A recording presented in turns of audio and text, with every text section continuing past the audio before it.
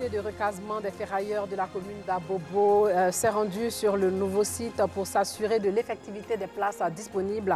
Et puis les troupes russes ont pris pied aux environs de Kiev. Ils font face à une solide résistance au troisième jour de l'opération militaire lancée par le président Vladimir Poutine le 24 février dernier.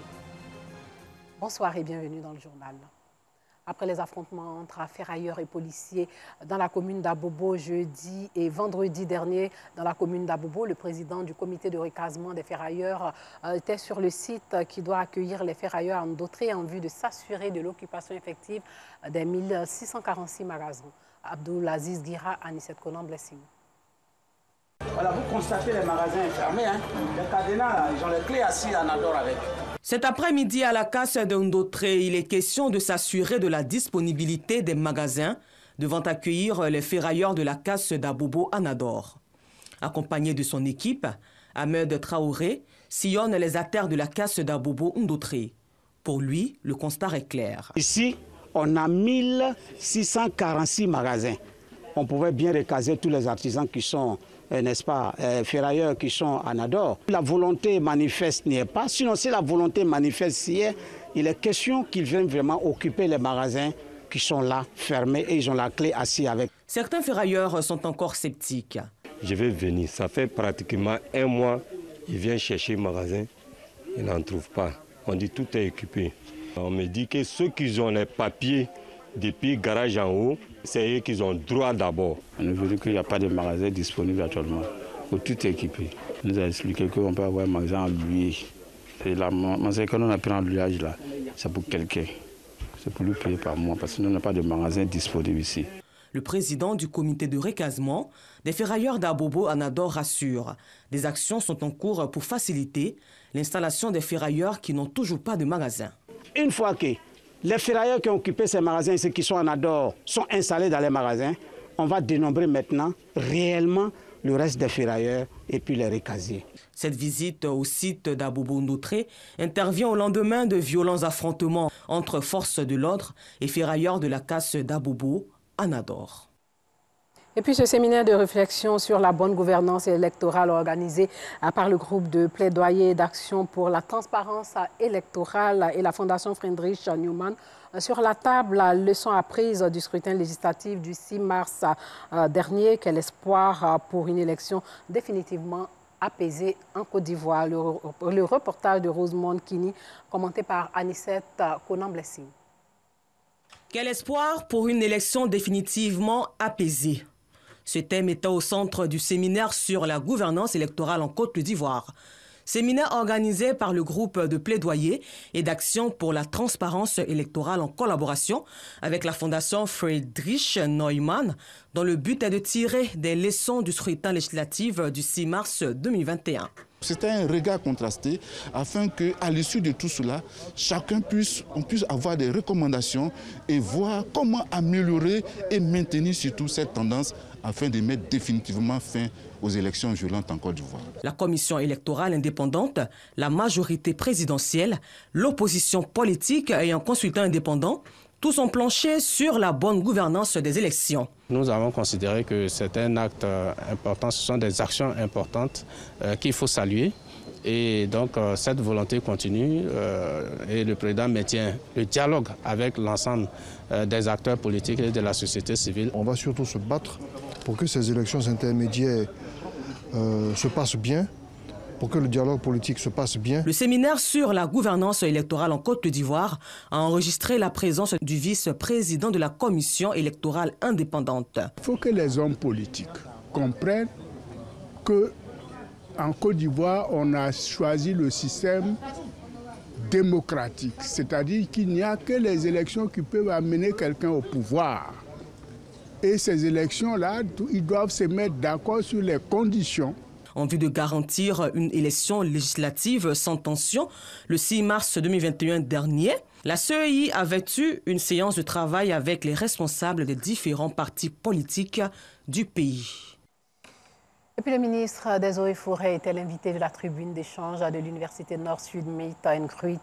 Alain Richard Donvaï est venu partager son expérience avec les étudiants de cet établissement. Outre son parcours scolaire, professionnel et politique, le ministre Alain Richard Donvaï s'est prononcé sur la question de la déforestation qui est aujourd'hui l'une des préoccupations majeures du gouvernement. Nous Sangaré, Anicette Konan-Blessing. Il était l'invité du partage d'expériences dénommé Meet and Greet. Devant un parterre d'étudiants de l'Université Nord-Sud, Alain Richard Donvaï, ministre des Eaux et Forêts, par ailleurs président du Conseil régional de la Nawa, a passé en revue son parcours scolaire, professionnel et politique avant d'inviter les apprenants à la culture de l'excellence. Toute expérience dans votre vie n'est qu'une expérience qui doit vous aider pour le futur. Si vous voulez construire votre futur, faites attention à chaque présent, chaque instant de votre vie, chaque jour de votre vie. Faites bien chaque jour. En sa qualité de premier responsable des Eaux et Forêts, le ministre Alain Richard Donvaï s'est aussi prononcé sur la question de la déforestation. 90% du couvert forestier ivoirien a disparu de 1960 à ce jour. Depuis plusieurs années, le gouvernement ivoirien multiplie donc les actions pour sa restauration. Nous avons un plan d'action et surtout une stratégie pour que d'ici à 2030, nous recouvrons 20% du couvert forestier. Les forêts classées sont notre premier champ de travail. Nous allons essayer de reconquérir toutes les forêts classées. Nous avons introduit au sein de notre politique l'agroforesterie. Vous savez que l'agriculture et notamment la cacaoculture fait vivre 6 millions de personnes ici en Côte d'Ivoire. Donc il faut pouvoir continuer de le faire tout en préservant le patrimoine que nous avons détruit.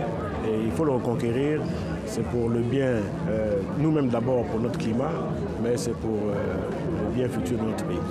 Édifié par le plaidoyer de l'invité, le responsable de l'établissement Nord-Sud ne cache pas sa joie d'avoir porté son choix sur le ministre Alain Richard Donvaï pour cette énième tribune d'échange. Nous voulions un homme d'expérience, un homme qui connaît l'histoire de ce pays.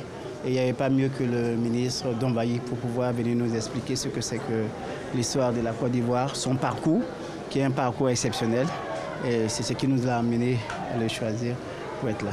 Les initiateurs de ce partage d'expériences dénommé Meet and Greet entendent donc le pérenniser pour permettre aux étudiants de s'inspirer du parcours de plusieurs personnalités dans la société. Un panel pour consolider la paix dans les régions du Cavali et du Guémon dans le Grand Ouest. Une rencontre organisée par l'Union de la jeunesse Ouai à l'hôtel Palm Club de la commune de Cocody. Mohamed Ouattaranour, Alassane Paragandrabou. Cadres, élus locaux et personnalités publiques des régions du Guémon et du Cavali, dans l'ouest de la Côte d'Ivoire, ont répondu présents à l'appel de l'Union des jeunes Ouai. Des jeunes qui disent s'être réunis pour mener des actions en vue de consolider la paix dans la localité. Et le tout à travers un panel sous la thématique « Paix et cohésion sociale dans le Cavali et le Guémon ». L'homme est toujours en quête de paix. Aujourd'hui, on est en train de faire tout à le président Alassane Ouattara pour que tout se passe bien et que ces plaies qui ont été ouvertes soient refermées et qu'on arrive à un pays réconcilié. Les initiateurs ont profité de cette lucarne pour annoncer les perspectives pour cette année 2022. Nous prenons la paix, la cohésion sociale, le développement de nos régions et la formation et l'emploi de nos camarades jeunes. Nous comptons aller sensibiliser encore nos parents parce que nous le faisons chaque année. Moustapha Dosso, représentant le ministre de la Réconciliation et de la Cohésion nationale, a promis d'accompagner cette initiative visant la stabilité des régions du Guémon et du Cavali. Le peuple Ouai entend penser ses plaies. Nous avons indiqué de la part du ministre que s'il est vrai que c'est à deux qu'on fait la guerre, il a également admis que c'est à deux qu'on fait la paix. Malheureusement qu'il y a eu des victimes, mais qu'est-ce qu'on réserve aux vivants? Ceux qui vivent, qu'est-ce qu'on leur réserve? Le ministre a décidé de se rendre dans ces deux régions afin d'aller écouter les populations, non pas pour les juger, mais de prendre en compte leurs problèmes, leurs déshydratats. Comment est-ce que la Côte d'Ivoire peut être encore ce pays traité de havre de paix? Au terme des échanges, tous promettent multiplier les initiatives pour le maintien de la paix dans le Guémon et le Cavali. De paix, parlons-en. Les Tidjanis d'Afrique ont organisé une rencontre hier dans la mosquée sénégalaise de la commune de Treichville. Ils ont prié pour la paix et le développement en Afrique. Les représentants des Tidjanis de plusieurs pays africains, comme le Ghana, le Tchad, le Burkina Faso, le Mali et le Maroc, ont pris part à cette cérémonie. Assitan Diarra. La mosquée sénégalaise de Treichville reçoit cet après-midi des cheikhes tidjanites venus de différents pays d'Afrique, notamment du Mali, du Burkina Faso, du Niger et du Maroc. Tous se réunissent pour prier pour le continent africain, mais également pour les chefs d'État africains.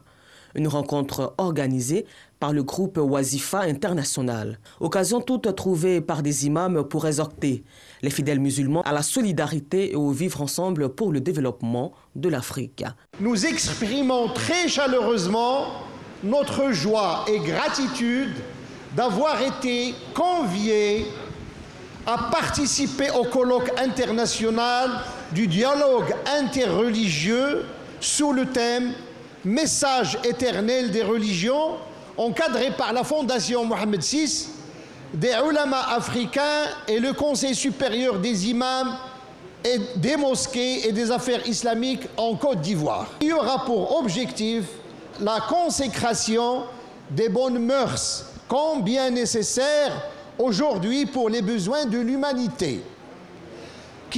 L'humanité qui aspire à la cohabitation pacifique et une respectabilité réciproque, seule capable d'instituer une société de tolérance.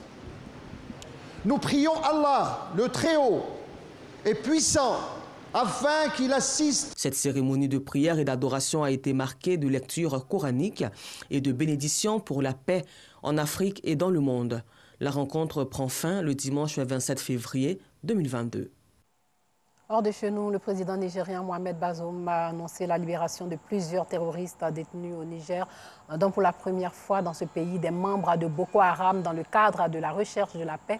Ces libérations sont les premières du genre publiquement divulguées dans le cadre de la recherche et la restauration de la paix au Niger depuis le début des attaques terroristes en 1995. Et puis le président bissau-guinéen Oumarou Sissoko Embalo a limogé par décret le commandant de la Marine nationale et le vice-chef d'état-major de l'armée de terre quelques semaines après une tentative de coup d'État avortée.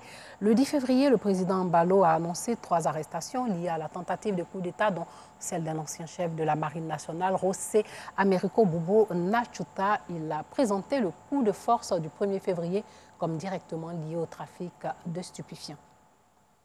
Et pour finir, nous allons nous intéresser à l'Ukraine et la Russie, où les troupes russes ont pris pied aux environs de Kiev et font face à une solide résistance au 3e jour de l'opération militaire lancée par le président russe Vladimir Poutine le 24 février dernier. Selon elle, l'armée ukrainienne a fait preuve d'une grande résistance dans ces endroits, faisant du coup à craindre l'usage indiscriminé de la force par la Russie si cette situation se prolongeait trop longtemps. L'armée ukrainienne affirme que les Russes ont lancé un assaut sur l'avenue de la Victoire conduisant au centre de Kiev, mais qu'il a été repoussé. Pour l'instant, la Russie n'a pas pris le contrôle total d'une ville ukrainienne, bien que ses forces se soient lancées sur Kiev et sur Kharkiv, non loin de la frontière russe. Moscou a revendiqué par ailleurs le contrôle de certains centres urbains comme Melitopol et Kherson au nord de la Crimée annexée, sans que cela soit confirmé par des sources occidentales. Et puis au moins 198 personnes sont mortes et plus de 1000 autres sont blessées lors de ces 3 jours de guerre. Voilà, c'est sur cette information que s'achève ce journal. Merci de nous avoir suivis. Portez-vous bien.